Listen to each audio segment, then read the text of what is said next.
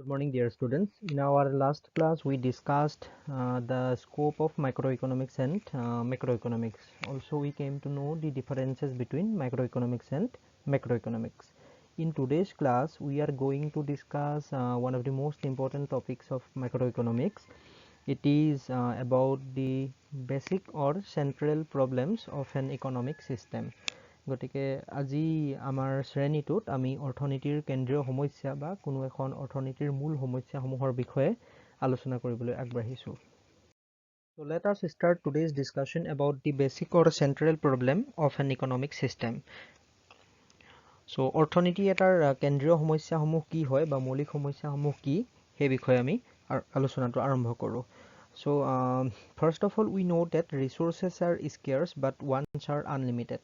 Already we have discussed the definition, scarcity definition given by Professor Robbins. In that particular definition, we have come to know that there are some basic problems of an economic system which mainly arise because of the unlimited human wants and scarcity of resources. Resources are scarce, that means resources are available in limited quantity or a limited amount, but our wants are unlimited. Human wants are unlimited. So সম্পদসমূহ সীমিত কিন্তু অভাৱসমূহ অসীম। আমি জানো যে আমাৰ অভাৱ বিভিন্ন ধৰণৰ অভাৱ থাকে, কিন্তু সেই অভাৱসমূহ পূৰণ কৰিবৰ কাৰণে যিবিলাক সম্পদ আছে সেই সম্পদসমূহ তেনেই সীমিত। গতিকে এই যিটো সমস্যা, এই সমস্যাটোৰ বিষয়ে ইতিমধ্যে আমি প্ৰফেচৰ ৰবিনছৰ যিটো সংজ্ঞা আছিলে দুষ্প্ৰাপ্যতাৰ সংজ্ঞা, সেই সংজ্ঞাটোত ইতিমধ্যে ভালদৰে আলোচনা কৰিছোঁ যে সম্পদসমূহ সীমিত কিন্তু অভাৱসমূহ অসীম। গতিকে এইটো এটা সমস্যা, যিটো সমস্যাৰ কাৰণে আন কিছুমান অৰ্থনীতিৰ কেন্দ্ৰীয় সমস্যা কিছুমানৰ উদ্ভৱ হয়, যিবিলাকৰ বিষয়ে আমি আলোচনা কৰিবলৈ গৈ আছোঁ। গতিকে যিহেতু সম্পদসমূহ সীমিত কিন্তু অভাৱসমূহ অসীম, সেইটো কাৰণে কি কৰা হয়, কিছুমান সমস্যাৰ সন্মুখীন হ'বলগীয়া হয় যিবোৰক অৰ্থনীতি এটাৰ কেন্দ্ৰীয় সমস্যা বুলি কোৱা হয়। Since resources are scarce but our wants are unlimited, so some problems arise which are known as the central problems of an economy. The subject economics focuses mainly on solving these problems. অৰ্থবিজ্ঞানে সেই সমস্যাবোৰ সমাধান কৰাতে মূল গুৰুত্ব আৰোপ কৰে। আচলতে আমি যিকেইটা কেন্দ্ৰীয় সমস্যা আছে, যিকেইটাৰ বিষয়ে আমি আলোচনা কৰিবলৈ গৈ আছোঁ অৰ্থনীতি এটাৰ কেন্দ্ৰীয় সমস্যা, সেই কেন্দ্ৰীয় সমস্যাবোৰ সমাধান কৰাতে আচলতে অৰ্থবিজ্ঞানে মূলতঃ গুৰুত্ব আৰোপ কৰে। গতিকে আমি ইতিমধ্যে জানিব পাৰিলোঁ যে অৰ্থবিজ্ঞানৰ কিছুমান কেন্দ্ৰীয় সমস্যা আছে। এই সমস্যাকেইটা উদ্ভৱ হোৱাৰ মূল কাৰণটো হৈছে সম্পদসমূহ সীমিত কিন্তু অভাৱসমূহ অসীম, আৰু সেই সমস্যাবোৰ সমাধান কৰাটোৱে অৰ্থবিজ্ঞানৰ মূল উদ্দেশ্য। গতিকে গোটেই অৰ্থবিজ্ঞানৰ বিষয়টো সেই কেন্দ্ৰীয় সমস্যা যিকেইটা আছে, যিকেইটা আমি আলোচনা কৰিবলৈ গৈ আছোঁ, সেইকেইটাকে কেন্দ্ৰ কৰিয়েই আচলতে গোটেই অৰ্থনীতি বিজ্ঞান বিষয়টো গঢ় লৈ উঠিছে। গতিকে আমি কেন্দ্ৰীয় সমস্যাকেইটানো কি আছে সেই সম্পৰ্কে আলোচনা কৰোঁ। চ' let us know the basic problems of an economic system. গতিকে আমি ইতিমধ্যে সম্পদৰ দুষ্প্ৰাপ্যতাৰ বিষয়ে আলোচনা কৰি আহিছোঁ। মানুহৰ অন্তহীন অভাৱ আৰু সম্পদৰ দুষ্প্ৰাপ্যতা হৈছে সকলোবোৰ অৰ্থনৈতিক সমস্যাৰ মূল ভিত্তি। অৰ্থনীতিত মূলতঃ তিনি ধৰণৰ কাৰ্য চলি থাকে: দ্ৰব্য সামগ্ৰীৰ উৎপাদন, বিনিময় আৰু উপভোগ। এই কাৰ্যসমূহ সম্পাদন কৰোঁতে সম্পদৰ দুষ্প্ৰাপ্যতাই মূল সমস্যা হিচাপে থিয় দিয়ে। আনহাতে দুষ্প্ৰাপ্য সম্পদবোৰ আকৌ বিকল্প ব্যৱহাৰযোগ্য, অৰ্থাৎ সম্পদৰ বিকল্প ব্যৱহাৰ আছে। এই সম্পদবোৰক বিভিন্ন বেলেগ বেলেগ কামত বা উদ্দেশ্যত নিয়োগ কৰিব পাৰি। ইয়াৰ ফলত অৰ্থনীতিত পচন্দৰ সমস্যাৰ সৃষ্টি হয়। সেয়েহে প্ৰতিখন সমাজে দুষ্প্ৰাপ্য সম্পদবোৰ কেনেদৰে ব্যৱহাৰ কৰিব তাৰ সিদ্ধান্ত ল'ব লাগিব। আমেৰিকাৰ অৰ্থনীতিবিদ ছেমুৱেলছনৰ মতে অৰ্থনীতি এখনৰ কেন্দ্ৰীয় সমস্যা মূলতঃ তিনিটা: কি উৎপাদন কৰা হ'ব, কেনেকৈ উৎপাদন কৰা হ'ব আৰু কাৰ কাৰণে উৎপাদন কৰা হ'ব। এই সমস্যাসমূহৰ বিষয়ে আমি ইয়াতে আলোচনা কৰিম। So American economist Samuelson has given three basic problems of an economic system. These basic problems arise because of unlimited human wants and limited resources. So according to him, there are mainly three basic problems in an economic system. These problems are, first of all, what to produce, then number two, how to produce, and thirdly, for whom to be produced. So let us discuss the problems in detail. So our first basic problem is what to produce and how much to produce. Number two, how to produce, and thirdly, for whom to be produced or for whom to produce. গতিকে আমাৰ মূল তিনিটা অৰ্থনৈতিক সমস্যা হৈছে কি উৎপাদন কৰিব লাগিব আৰু কিমান পৰিমাণে উৎপাদন কৰিব লাগিব। দ্বিতীয়টো সমস্যা হৈছে কিদৰে উৎপাদন কৰা হ'ব আৰু তৃতীয় সমস্যাটো হ'ল কাৰ কাৰণে উৎপাদন কৰিব লাগিব Now let us discuss the first basic problem of an economic system. It is what to produce and how much to produce.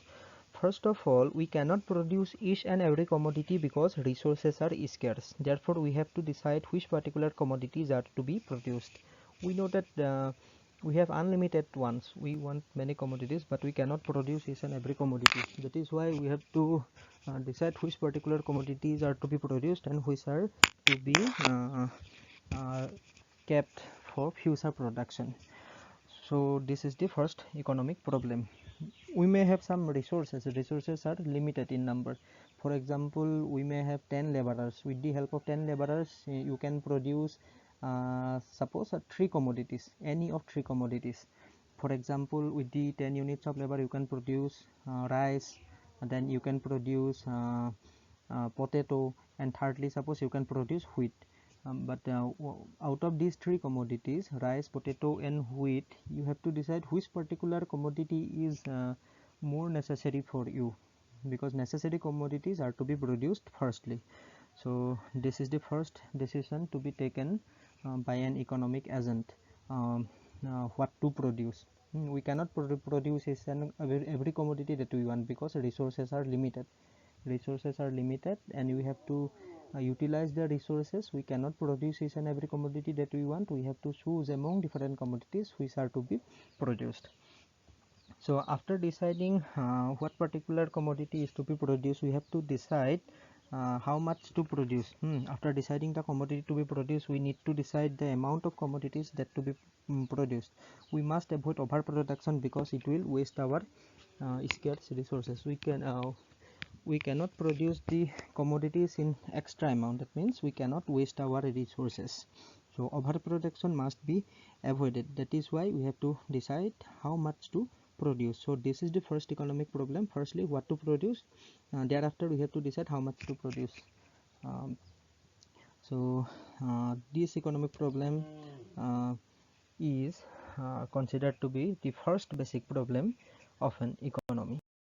গতিকে আমাৰ প্ৰথম সমস্যাটো হৈছে কি উৎপাদন কৰিব লাগিব আৰু কিমান পৰিমাণে উৎপাদন কৰিব লাগিব সম্পদৰ দুষ্প্ৰাপ্যতাৰ কাৰণে এখন সমাজে বিচৰা সকলোবোৰ দ্ৰব্য উৎপাদন কৰাটো সম্ভৱ নহয় সেয়েহে আৱশ্যকতাৰ ওপৰত ভিত্তি কৰি প্ৰতিখন সমাজে কোনবোৰ দ্ৰব্য উৎপাদন কৰিব আৰু সেই দ্ৰব্যসমূহ কিমান পৰিমাণে উৎপাদন কৰিব তাৰ সিদ্ধান্ত ল'ব লাগিব অৰ্থাৎ সমাজ এখনে সিদ্ধান্ত ল'ব লাগিব খাদ্য বস্ত্ৰ বাসস্থান আদিৰ দৰে মৌলিক প্ৰয়োজনীয় সামগ্ৰী বেছিকৈ উৎপাদন কৰিব নে বিলাসী দ্ৰব্য বেছিকৈ উৎপাদন কৰিব উপভোগৰ দ্ৰব্য বেছিকৈ উৎপাদন কৰিব নে বিনিয়োগৰ দ্ৰব্য বেছিকৈ উৎপাদন কৰিব গতিকে সমাজে সিদ্ধান্ত ল'ব লাগিব কোনবোৰ অভাৱ বৰ্তমান পূৰণ কৰাটো বেছি জৰুৰী আৰু কোনবোৰ অভাৱ পিছলৈ ৰাখি থ'ব পাৰি তাৰমানে যিবিলাক অভাৱ এতিয়াই পূৰণ কৰাটো প্ৰয়োজনীয় সেইবিলাক সামগ্ৰী আমি কি কৰিব লাগিব এতিয়া প্ৰস্তুত কৰিব লাগিব আৰু যিবিলাক এতিয়া প্ৰয়োজন নাই সেইবিলাক আমি পিছত প্ৰস্তুত কৰিলেও হ'ব সেইটো কাৰণে কি কৰিব লাগিব প্ৰথমতে আমাৰ প্ৰয়োজনীয়তাটো চাই ল'ব লাগিব যিবিলাক বস্তু আমাৰ কাৰণে বেছি আৱশ্যকীয় প্ৰয়োজনীয় সেইবোৰ আমি উৎপাদন কৰিম আৰু কিমান পৰিমাণে উৎপাদন কৰিম সেইটো নিৰ্ভৰ কৰিব আমাৰ প্ৰয়োজনীয়তা কিমান আছে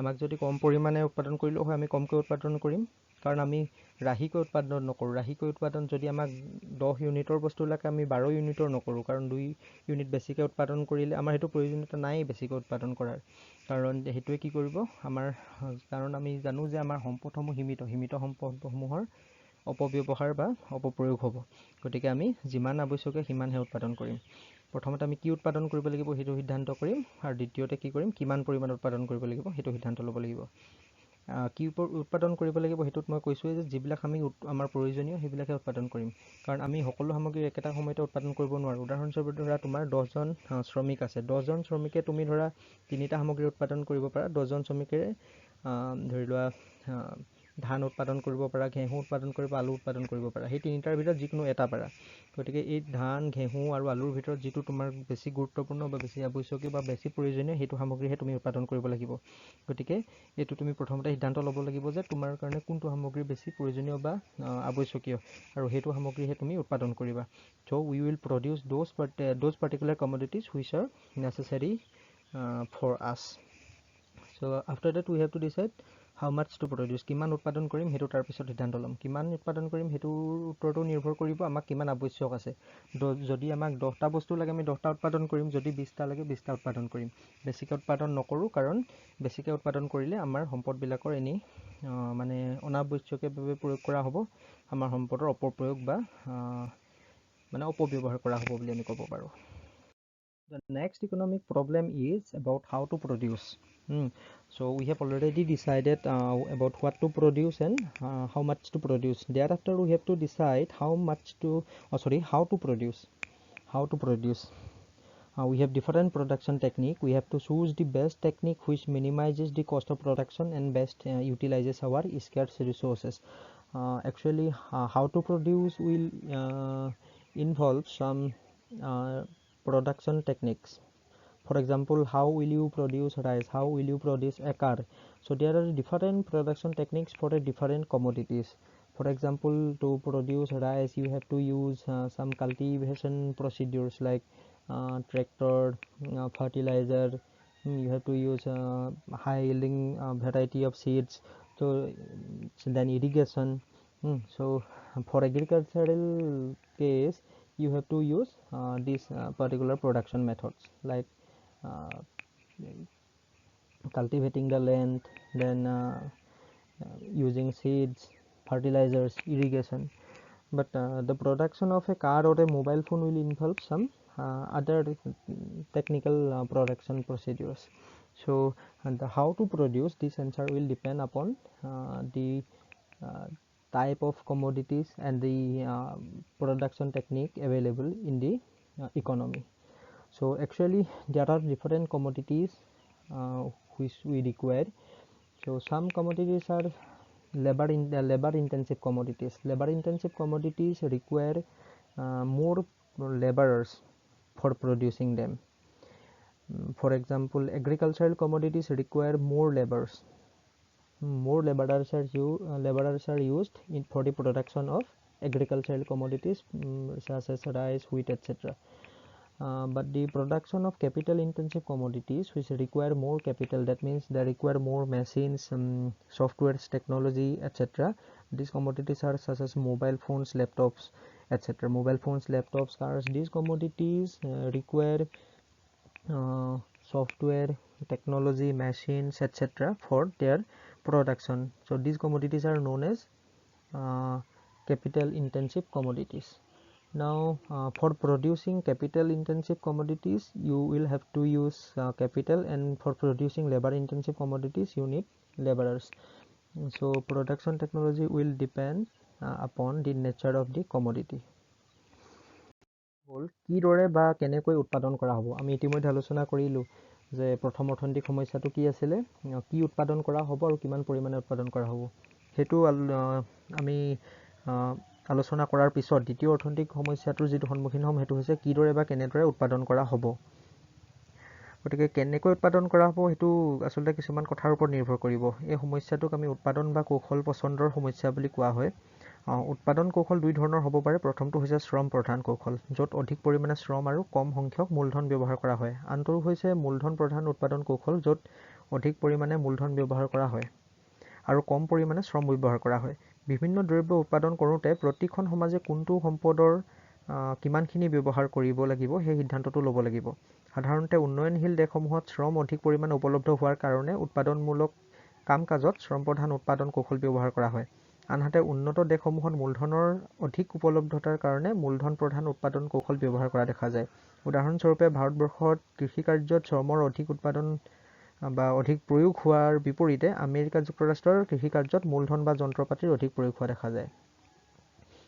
তাৰমানে তোমাৰ গোটেই কেনেদৰে উৎপাদন কৰা হ'ব সেইটো সম্পদৰ উপলব্ধতাৰ ওপৰত নিৰ্ভৰ কৰে। সাধাৰণতে আমি কিবা এটা সামগ্ৰী উৎপাদন কৰিবলৈ বিভিন্ন ধৰণৰ উৎপাদনৰ উপাদানসমূহৰ আৱশ্যক হয়, যেনেকৈ শ্ৰম আৰু মূলধন। শ্ৰম আৰু মূলধন অবিহনে আমি কোনো সামগ্ৰী এটা উৎপাদন কৰিব নোৱাৰোঁ। এতিয়া জানো যে আমি কিছুমান সামগ্ৰী উৎপাদন কৰিবৰ কাৰণে শ্ৰমৰ বেছি আৱশ্যক হয় আৰু আন কিছুমান সামগ্ৰী উৎপাদন কৰিবৰ কাৰণে মূলধনৰ আৱশ্যক হয়। উদাহৰণস্বৰূপে কৃষিকাৰ্যৰ উৎপাদিত যিবিলাক আছে, যেনেকৈ ধান, ঘেঁহু, চাহপাত এইবিলাকৰ সাধাৰণতে কি হয় শ্ৰম বা শ্ৰমিকৰ বেছি আৱশ্যক হয় উৎপাদন কৰোঁতে। তোমালোকে দেখিবা যে কৃষিকাৰ্য চাহ বাগানবিলাকত কি হয় বহুত বেছি শ্ৰমিকৰ আৱশ্যক হয়, তেনেকৈ খেতি পথাৰত কি হয় বহুত বেছি শ্ৰমিকৰ আৱশ্যক হয়। সেইবিলাকক আমি কি কওঁ শ্ৰম প্ৰধান উৎপাদন বা শ্ৰম প্ৰধান উৎপাদন কৌশল বুলি কওঁ। আনহাতে কিছুমান সামগ্ৰী আছে যেনেকৈ মোবাইল ফোন হওক, লেপটপ হওক, গাড়ী হওক, এইবিলাকৰ উৎপাদনত আমাৰ শ্ৰমিকৰ বেছি আৱশ্যক নাই। এইবিলাকত মেচিন, ছফ্টৱেৰ এনেকুৱা ধৰণৰ মূলধনজাতীয় সামগ্ৰীবিলাকৰ বেছি প্ৰয়োজন আছে। এতিয়া যিবিলাক দেশত মূলধনৰ পৰিমাণ বেছি আছে, উন্নত দেশবিলাক ধৰি লোৱা আমেৰিকা, চাউথ কোৰিয়া, সেইবিলাকে কি কৰিব তেওঁলোকৰ দেশত যিহেতু মেচিন, ছফ্টৱেৰ, যন্ত্ৰপাতি এইবিলাকৰ বেছি আছে, গতিকে সেইবিলাক দেশে এইবিলাক মূলধনজাত সামগ্ৰীবিলাক উৎপাদন কৰিব আৰু তেনেকুৱা ধৰণৰ মানে উন্নয়ন ওলাইছে উৎপাদন কৌশল ব্যৱহাৰ কৰিব। আনহাতে যিবিলাক ভাৰতৰ নিচিনা দেশ, ভাৰত, বাংলাদেশ আদিৰ দৰে যিবিলাক শ্ৰমিক বেছি থকা দেশ, সেইবিলাকে কি কৰিব উৎপাদন কাৰ্যত শ্ৰমিকক বেছি ব্যৱহাৰ কৰিব আৰু মূলধন কম পৰিমাণে ব্যৱহাৰ কৰিব। উদাহৰণস্বৰূপে ভাৰতবৰ্ষৰ কৃষিকাৰ্যত কি কৰা হয় শ্ৰমৰ বেছি প্ৰয়োগ হয়, আমি শ্ৰমিক বেছিকৈ ব্যৱহাৰ কৰোঁ। তাৰ বিপৰীতে আমেৰিকা যুক্তৰাষ্ট্ৰৰ কৃষিকাৰ্যত যদি তোমালোকে চোৱা তাত শ্ৰমিকৰ সলনি কি হয় মূলধন বা যন্ত্ৰপাতি আদিৰ অধিক ব্যৱহাৰ কৰা হয়। Now let us discuss the last basic problem of an economy, and it is for whom to produce. After deciding what to produce, how much to produce, and how to produce, we have to decide for whom to produce. So that is why we know that there are different sections of people in our society. There are different sections of people in our society. Some people belong to rich section, some belong to poor section, some belong to the middle class families. So we have to decide the target group of people for whom we are producing the commodities. For example, in countries like India, Bangladesh, there are poor people. So in India, more than 30% people are living below the poverty line. In Bangladesh, the poverty rate is quite high. Latin American countries, South African countries, these countries have poor people in abundance. And countries like USA, Japan, those countries have abundance of rich people. So when you want to produce a particular commodity, you have to scan the market. You have to decide for whom you are going to produce. If more and more people are poor people, then you have to produce less expensive commodities. And if the people are rich, if they belong to rich section of the society, then you have to produce expensive commodities. So thing is clear. You have to decide the commodity to be produced based on the purchasing power of the society or of the economy. আমাৰ তৃতীয় অৰ্থনৈতিক সমস্যাটো হৈছে কাৰ কাৰণে উৎপাদন কৰিব লাগিব। আমি ইতিমধ্যে আলোচনা কৰিছোঁ কি উৎপাদন কৰিম, কিমান পৰিমাণে উৎপাদন কৰিম আৰু কেনেকৈ উৎপাদন কৰিম। তাৰপিছতে আমাৰ তৃতীয় অৰ্থনৈতিক সমস্যাটো হৈছে কাৰ কাৰণে উৎপাদন কৰিব লাগিব। এই সমস্যাটোক উপাদানসমূহৰ মাজত আয় বিতৰণৰ সমস্যা বুলিও কোৱা হয়। উপভোক্তা এজনে কিমান পৰিমাণৰ দ্ৰব্য ক্ৰয় কৰিব পাৰিব সেয়া নিৰ্ভৰ কৰে তেওঁৰ উপাৰ্জনৰ ওপৰত। উৎপাদিত দ্ৰব্যসমূহ সমাজৰ লোকসকলৰ মাজত কেনেকৈ বিতৰণ কৰা হ'ব, উৎপাদিত দ্ৰব্যবোৰৰ কোনে কিমান অংশ লাভ কৰিব, কোনে বেছিকৈ পাব আৰু কোনে কমকৈ পাব ইত্যাদি নিৰ্ধাৰণ কৰাটো অৰ্থনীতিৰ অন্যতম সমস্যা। গতিকে দেখা গ'ল যে প্ৰত্যেক অৰ্থনীতিয়ে দ্ৰব্যৰ উৎপাদনৰ বাবে সম্পদৰ আবণ্টন, উৎপাদন কৌশলৰ প্ৰচণ্ড আৰু উৎপাদিত দ্ৰব্যৰ বিতৰণৰ ক্ষেত্ৰত সমস্যাৰ সন্মুখীন হয়। আৰু সেই সমস্যাসমূহৰ মূলতে হৈছে মানুহৰ অসীম অভাৱ আৰু সম্পদৰ দুষ্প্ৰাপ্যতা আৰু বিকল্প ব্যৱহাৰযোগ্যতা। অৱশ্যে এখন অৰ্থনীতিয়ে ওপৰত উল্লেখ কৰা গোটেই তিনিটা কেন্দ্ৰীয় সমস্যাৰ উপৰিও অন্যান্য বহুতো সমস্যাৰ সন্মুখীন হ'বলগীয়া হয়। সম্পদৰ পূৰ্ণ নিয়োগ, সম্পদৰ বিকাশ, দৰিদ্ৰতা, নিবনুৱা সমস্যা আদি। ঠিক আছে, গতিকে তৃতীয় সমস্যাটো হ'ল কাৰ কাৰণে উৎপাদন কৰিব লাগিব। এখন দেশত বা এখন অৰ্থনীতিত কি হয় বিভিন্ন ধৰণৰ মানুহ থাকে। কিছুমান কি হয় চহকী শ্ৰেণীৰ মানুহ, কিছুমান কি হয় আমাৰ দুখীয়া বা দৰিদ্ৰ শ্ৰেণীৰ লোক। ভাৰতবৰ্ষ, বাংলাদেশ, লেটিন আমেৰিকাৰ দেশ বা দক্ষিণ আফ্ৰিকাৰ দেশ, সেইবিলাক দেশত কি হয় দুখীয়া মানুহৰ সংখ্যাটো বেছি। গতিকে সেইবিলাক দেশত কি কৰা হয়, তুমি যদি সামগ্ৰী এটা উৎপাদন কৰিবলগীয়া হয়, তুমি কি কৰিবা কম দামী সামগ্ৰী উৎপাদন কৰিব লাগিব। তুমি যদি বাংলাদেশ বা ভাৰতত যদি বহুত দামী বস্তু উৎপাদন কৰা, সেইবোৰ বিক্ৰীয়ে নহ'ব। আনহাতে যিবিলাক ধনী দেশ আছে, জাপান, আমেৰিকা, চাউথ কোৰিয়া, সেইবিলাকত তুমি কি কৰিব লাগিব দামী সামগ্ৰী উৎপাদন কৰিব লাগিব। যিহেতু তাত কি হয় ধনী মানুহৰ সংখ্যাটো বেছি। তাত যদি তুমি কম দামী সামগ্ৰী উৎপাদন কৰা, সেইবোৰ তাত কিন্তু বিক্ৰী নহ'ব। সেইটো কাৰণে কাৰ কাৰণে উৎপাদন কৰিব লাগিব বা অৰ্থনীতিখনত ক্ৰয় কিয় কৰিব পৰা মানুহ আছেনে নাই, ক্ৰয় ক্ষমতা থকা মানুহবোৰ কেনেদৰে বিতৰণ হৈ আছে সেই সম্পৰ্কে ভালদৰে আমি চাই ল'ব লাগিব। তাৰপিছতহে আমি কি কৰিম, কোনটো সামগ্ৰী উৎপাদন কৰিম, কেনেকৈ উৎপাদন কৰিম, কিমান পৰিমাণে উৎপাদন কৰিম, সেইটো সিদ্ধান্ত কৰিব লাগিব। গতিকে অৰ্থনীতিখনৰ মূল তিনিটা সমস্যা এইকেইটাই: কাৰ কাৰণে উৎপাদন কৰিব লাগিব, কেনেদৰে উৎপাদন কৰিব লাগিব, কিমান পৰিমাণে উৎপাদন কৰিব লাগিব, আৰু কোনটো সামগ্ৰী উৎপাদন কৰা হ'ব। গতিকে আচলতে এই তিনিটা কেন্দ্ৰীয় সমস্যা বুলি কোৱা হয়। এই তিনিটা সমস্যাৰ ওপৰতো আৰু কিছুমান সমস্যা আছে, যেনেকৈ নিবনুৱা সমস্যা হ'ব পাৰে, দৰিদ্ৰতাৰ সমস্যা হ'ব পাৰে, পূৰ্ণ নিয়োগৰ সমস্যা, বিভিন্ন ধৰণৰ সমস্যা আমাৰ অৰ্থনীতি এখনত থাকে। So with this, I would like to conclude today's class. If you have any doubt, any suggestion, any query, you can put your queries or questions in the comment box. Thank you. So গতিকে আজি ইমানতে আমি শ্ৰেণীটো সমাপ্ত কৰিবলৈ বিচাৰিছোঁ। তোমালোকৰ যদি কিবা প্ৰশ্ন আছে, কিবা পৰামৰ্শ আছে, কিবা জানিবলগীয়া আছে, তোমালোকে আমাৰ কমেণ্ট বক্স বা মন্তব্যৰ বাকচত কি কৰিব পাৰা, তোমালোকৰ মন্তব্য জনাব পাৰা, মতামত প্ৰকাশ কৰিব পাৰা। ধন্যবাদ।